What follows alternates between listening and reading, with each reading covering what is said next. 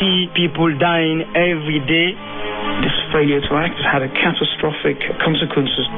So why has the world taken so long to wake up to the threat? That's Ebola. What went wrong? With me, Simon Cox, after the news. BBC News with Stuart McIntosh.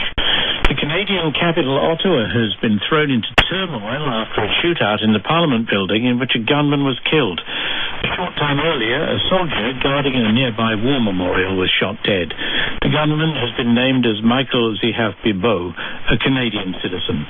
Officials say he was regarded as a high-risk suspect whose passport had already been confiscated.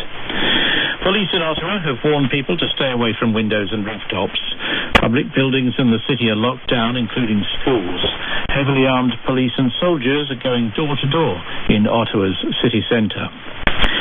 A U.S. federal jury has found 4 former security guards from the company Blackwater guilty of shooting dead more than 14 unarmed Iraqis in Baghdad in 2007. The shooting sparked an international outcry over the role of defense contractors in warfare. The authorities in Mexico have ordered the arrest of the mayor of the southern town of Iguala for allegedly ordering a police attack in which 6 people died and 43 students disappeared. Mexico's chief prosecutor said the mayor, José Luis Arbaca, told the police to intervene against the students who were protesting to prevent them from disrupting an event being hosted by his wife. Parliament in Rwanda has voted in favour of banning the BBC in the country following a television documentary about the genocide of 1994. The programme questions some of the official accounts of what happened during the genocide. Police in Israel say a Palestinian man has deliberately driven his car into a group of passengers at a tram stop in East Jerusalem, killing a baby and injuring 8 people. The man was shot by officers when he tried to run away. He later died in hospital. Amnesty International has accused the Dutch government of violating international law by returning Somali refugees to areas controlled by the Islamist militant group Al-Shabaab. BBC News. Good morning, everyone. Today we're just going to review the current status of the epidemiology. I'm overlooking the Strategic Health Operations Centre here at the World Health Organization, and this is the nerve centre for the Ebola outbreak. They're having their morning meeting and they're getting updates about new cases of Ebola that are popping up each day around the world. Conakry, we have today 2 new confirmed cases, but 25 new suspected cases. BBC World Service, I'm Simon Cox with Ebola. What went wrong? 7 months after the outbreak started, the virus still has the upper hand, and it's spreading. This latest epidemic has killed far more people than all the previous outbreaks put together. If the international community had mobilized effectively earlier on in this epidemic, we wouldn't be where we are here today. Basically, this failure to act has had a catastrophic consequences for West Africa and potentially for other countries in the region or elsewhere. Each day there's a new twist in this epidemic, but one question has remained constant. Could and should this have been stopped earlier? I got the virus through my dad. My dad was sick and I did not know that it was Ebola virus. Yusuf is one of the more than 9,000 people in West Africa who've been infected with Ebola, and each day this figure increases. And when we went to the hospital, they took his blood, and when the test came out, it was positive. In fact, the test came out when he had died, and they conducted the burial ceremony. And after his death, then I started having the signs and symptoms. What were they? I had constant fever, high fever, body pains, and then after some time I started vomiting and had frequent stroke. What was it like when you had all those things happening to you? It was terrible. It was terrible. In fact, you see that because the fever that it gives you, it is very, very high. It is really, really deadly. And it must have been difficult for you if your father died from it as well. That must have been very hard. Oh, yes, truly speaking, I lost 8 family members, including my dad. And for now, we are only 3 survivors. Yusuf is the first survivor from the Connaught, Freetown's main hospital in Sierra Leone, where it spread after its original outbreak late last year. December the 6th, 2013. 2-year-old boy in Guinea dies after a mysterious fever. March the 21st, 2014. Guinea informs the World Health Organization of an Ebola outbreak. Official death toll, 59. Ebola isn't new, but this is the first time it's been in West Africa. Previous outbreaks have tended to be in Central Africa, where the virus was discovered almost 40 years ago. These are all photos here. These are from when? From 1976, yes, in Yamboko, yes. And how big was that outbreak in 76? There were about slightly over 300 cases and 90% died, so close to 300 people died. That was the first known outbreak. Professor Peter Piot is director of the London School of Hygiene and Tropical Medicine. He was a member of that first scientific team that arrived in what was then Zaire, now the Democratic Republic of Congo. There were 3 sisters, missionaries, and a Catholic priest who had locked themselves up basically in the guest house, and they were waiting to die.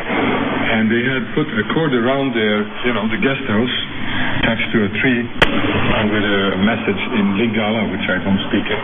It said, "Don't come near, you're all going to die, leave a message here." And they were convinced, they were praying in that sense. So when I came there, I was 27, and jumped over that cord and said, "Hi, I'm Peter Piot, and we're coming to help you." And they all started crying and so on. It was, it was quite... What happened to them? Did any of them survive? All of them survived, but they had already lost 4 nuns died and 1 father died, and that's why they were convinced that they were next. But it was the nuns who worked in the hospital, they all died. As is the case now in West Africa, it's nurses and doctors are the front line and they die. And then it was 11 out of 17 hospital staff died from Ebola. In the 4 decades since, there have been 1,500 deaths in at least 25 Ebola outbreaks. Then came this one. March the 31st, Liberia confirms 2 cases of Ebola. Official death toll in West Africa, 82. At this stage, in March 2014, the medical charity Médecins Sans Frontières, or Doctors Without Borders, had already been working in the region for months. They've been there throughout, on the front line, running the treatment centres, trying to control this epidemic in West Africa. To deal with this every day, to look people in the eye, you can see they are scared, to look at the patients, and you know that their chances are very small. It's horrible. But by the end of March, just a week after the first cases were confirmed in Guinea, MSF noticed that this was different to previous outbreaks.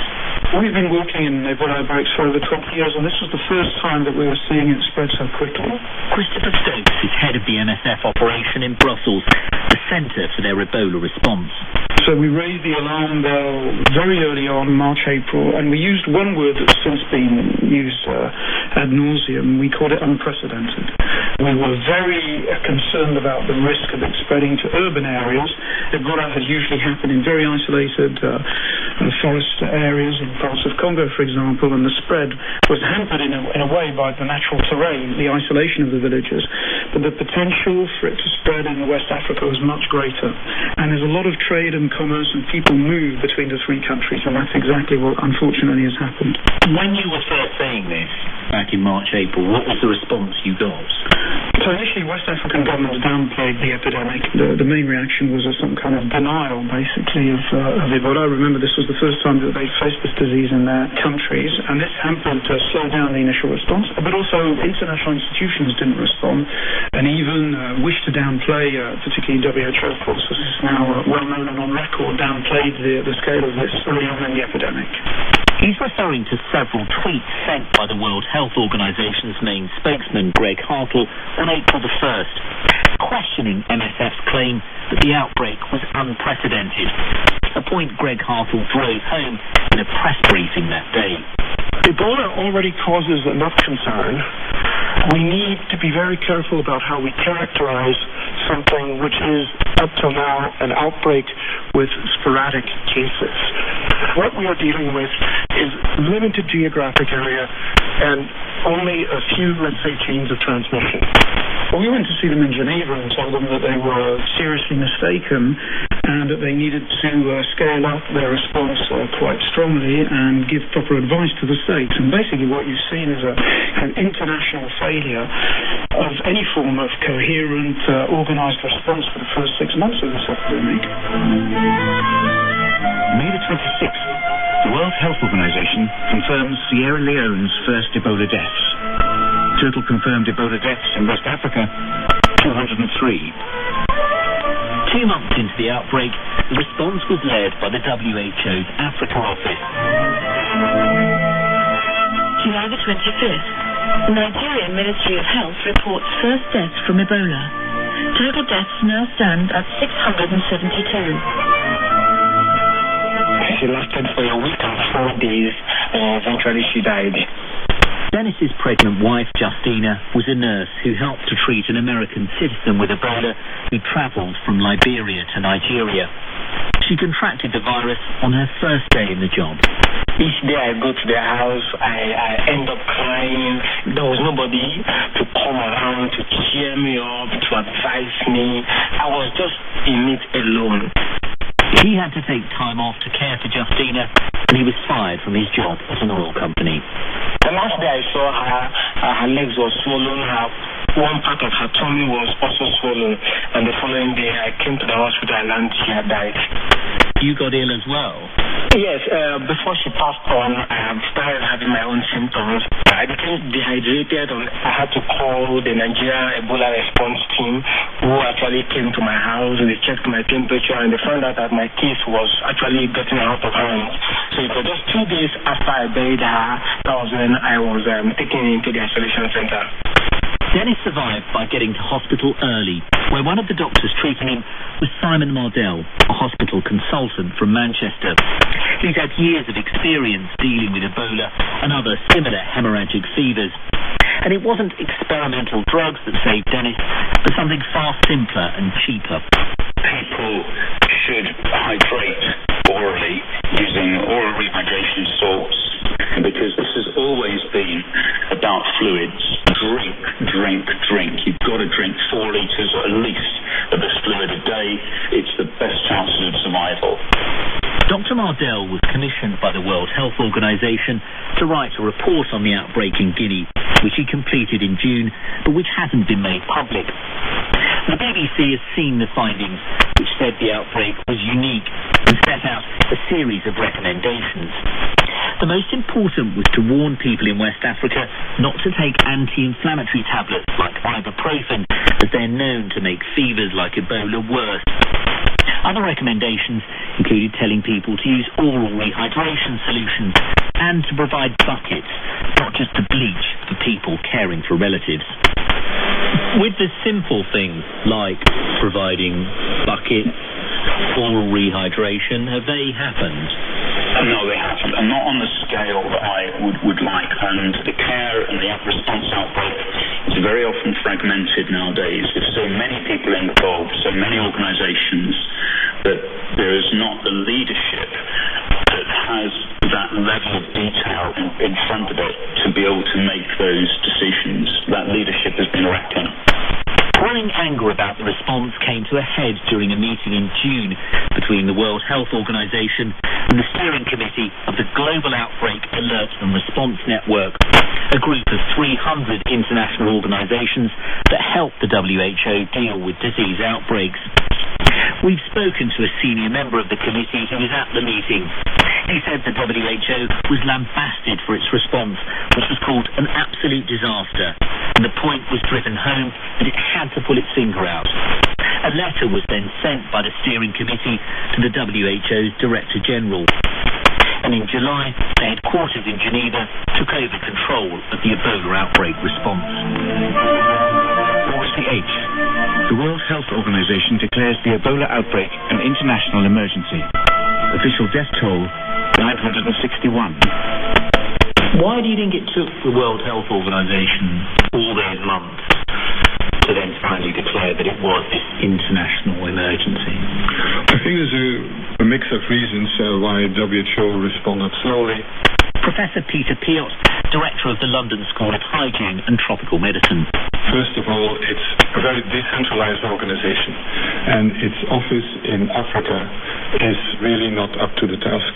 And I hope that this epidemic will lead to some serious reform, attracting competent people and trying to get away all political appointees and so on. That's one point. So they should have been the front line for that, but they didn't do the job. And then in WHO headquarters, the budget for the hemorrhagic fevers division or unit and also for the outbreak department was cut. It was a massive cut of over $250 million. That's over half of its budget, and a lot of key staff went too. We've spoken to a former senior member of the outbreak response team who dealt with previous Ebola outbreaks. He was scathing about the WHO's response. There'd been too much talking and not enough doing, he said, and that someone was asleep at the wheel and should be held to account. He summed up the response as completely unacceptable, adding that the decision to slash such a huge amount from the outbreak response department was like a local council getting rid of its fire service. August the 28th. The WHO warns more than 20,000 people could die from Ebola by early November. Official death toll now 1,552.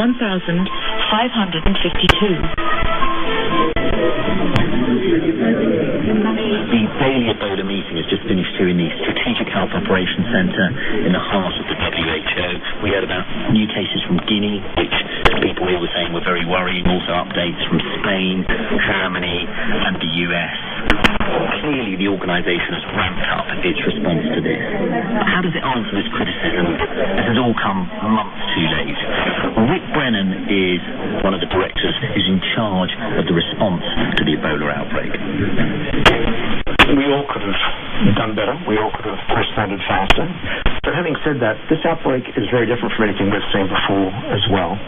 I think that the pace at which this outbreak picked up, its geographic spread, caught everyone, even the experts, by surprise. And now we need to redouble or treble our efforts to play catch-up. You say it caught everyone by surprise, but Médecins Sans Frontières was saying in March, April, this is an unprecedented outbreak. WHO then briefed against them and said they were causing panic and alarm.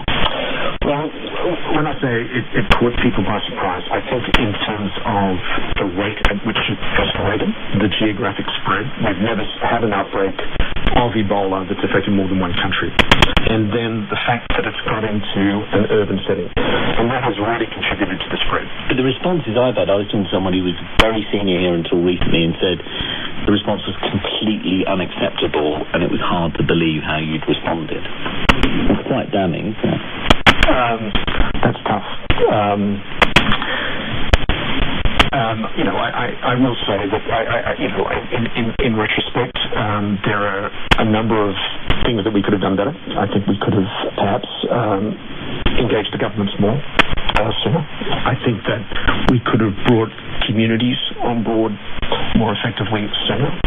And I think we could have brought on board a broader range of partners a little bit better.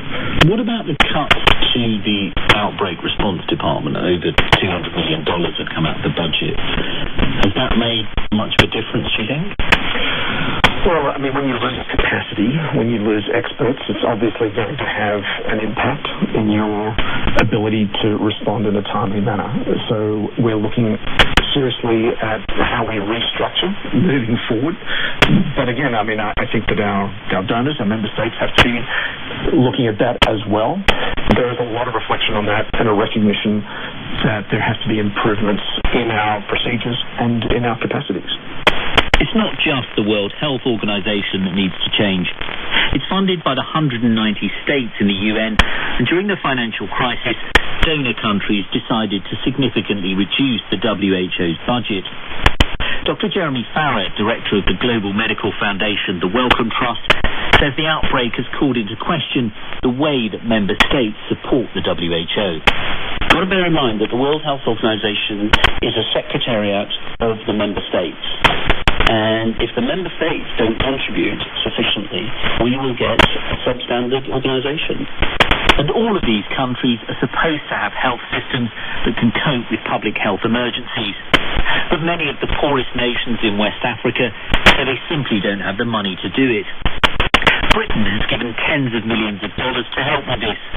But last year the UK government reduced its aid to Liberia and Sierra Leone by almost 20%. A report earlier this month from a British parliamentary committee said these cuts had hampered the fight against Ebola.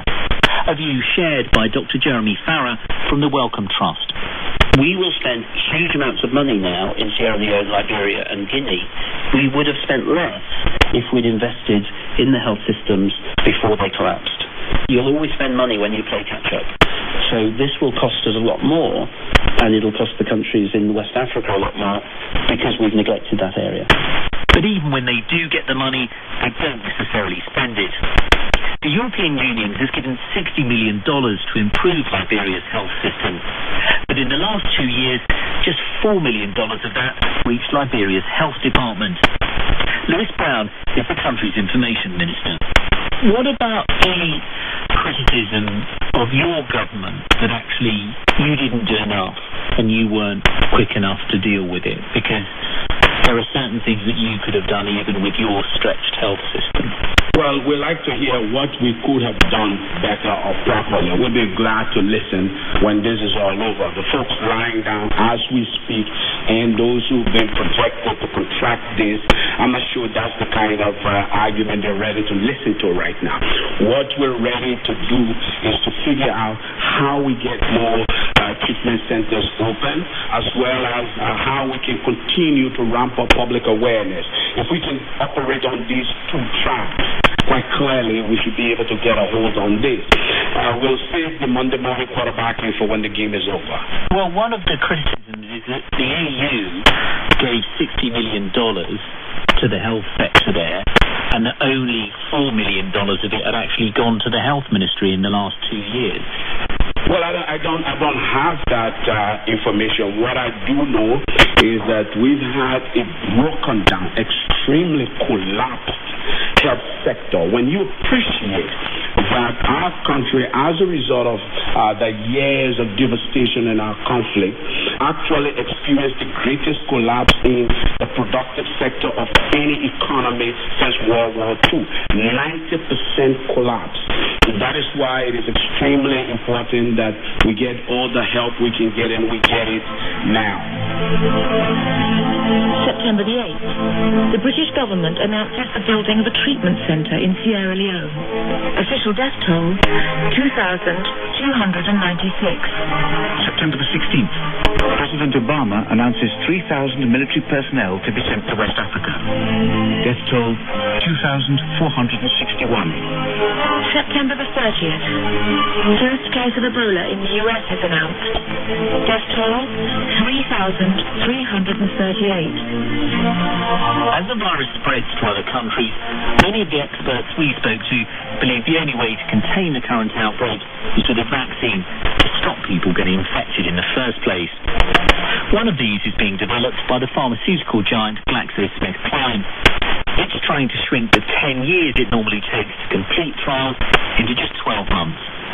Ripley Ballou is in charge of the project at GSK's Vaccine Research Unit outside Brussels. We did discuss with the WHO, and they were very appreciative that we were sharing our information with them. To go back now to the spring, there really was no vaccine policy. No one anticipated that we would need a vaccine. So both internally and I think at the WHO, we felt that the best approach was to watch very closely, to begin to prepare, but not to pull the trigger until it was obvious that we would need to do something. I think in retrospect we should have pulled that trigger earlier, but it is what it is, and we are working very closely with the WHO. There shouldn't be any finger pointing around this. I mean, this is a tremendous international effort to try to respond to an unprecedented problem. But didn't they then come back in the summer and say, okay, we do need a vaccine? They did. They came to us in August and said, what can you do to accelerate this? We asked the World Health Organization about this, but they didn't respond. In the next phase of the trial, GSK hoped to have 20,000 doses ready for testing on health workers by the beginning of next year. But what about the millions of people in West Africa at risk of the disease? To have a vaccine that people can use, you have to have the vaccine registered, and it has to be manufactured at a scale that is consistent with the intended use. And that is going to be well into next year, if not the year beyond, before we have that kind of level of manufacturing and the actual data that's necessary. You're right, a vaccine is going to come too late for this epidemic. But what we can do during this epidemic is to gather the data that the vaccine works. And if it does work, then to be able to be prepared so that we don't have to go through this again in 5 years or whenever the next epidemic is going to break out. October the 5th. Sierra Leone has its highest death toll in a day, with 120 dead. Total outbreak death toll, 3,439. October the 6th. Spanish nurse becomes the first person to be infected with Ebola outside of West Africa. October the 8th. American man being treated for Ebola in Texas dies.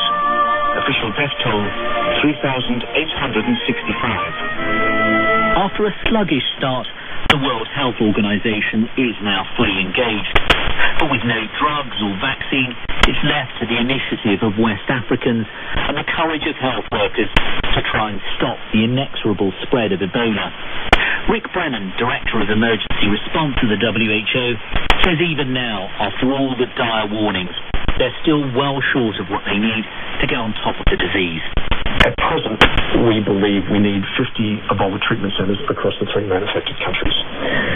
Currently, of the 50 that we believe we need, we have 16 operational.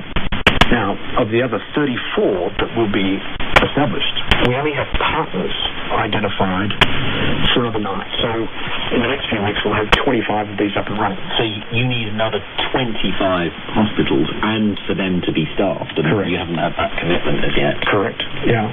So we have known for months, haven't we? For months we've been told. You declared it an emergency in August. Right. We're now into October. Right. And still, we're nowhere near the amount of things you need. Correct.